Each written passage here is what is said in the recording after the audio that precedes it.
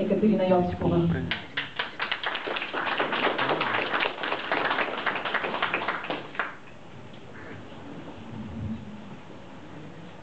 да се нарадваме всичките на тези прекрасни участници и пътници също.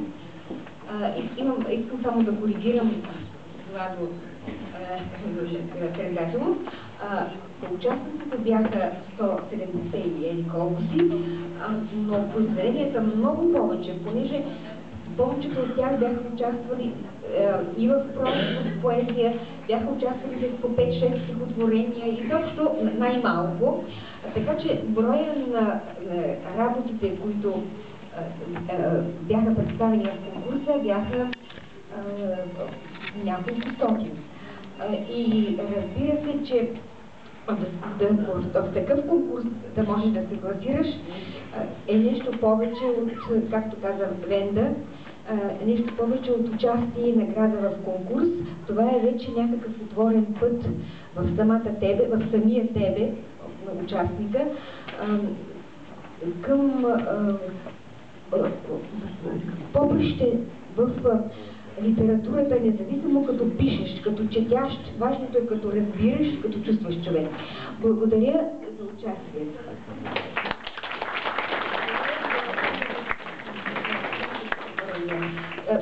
И още нещо преди да си седна.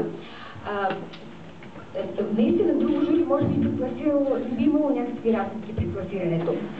Но странното беше, не странното, прекрасното беше, че ние всеки сам по себе си получи папките и четеше стихотворенията, говоря за стихотворенията най-вече, това се отнася и за прозата, отбелязваше си сам номерата на тези, които харесва, и когато се събрахме заедно, изведнъж се оказа, че почти всички че всичките до един сме класирали на първите места едни и същи. На първите 3 места едни и същи. Значи разликите минаваха някъде при поощренията.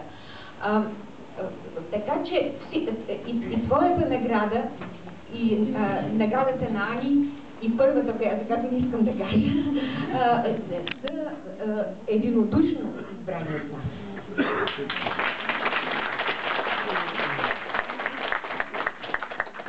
Само за секунда, Жаклин, исках, защото наистина ми направи много силно впечатление.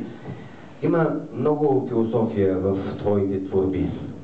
Обаче не мога да си обясня, а наистина си много мъничка. Мъничка, ама със самочувствие. Ама да, обаче е много малка. Ама е със самочувствие. Да, със самочувствие, но обаче и мен ме интересува как наистина стигна до тук, до тази дълбока, истинска, голяма или не знам каква философия, да ми обясниш всъщност как можеш да изпитваш в хаоса блаженство.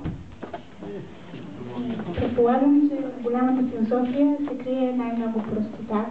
И за мен ключа към щастието е простотата като цяло и щастието е ключ към простотата от своя страна.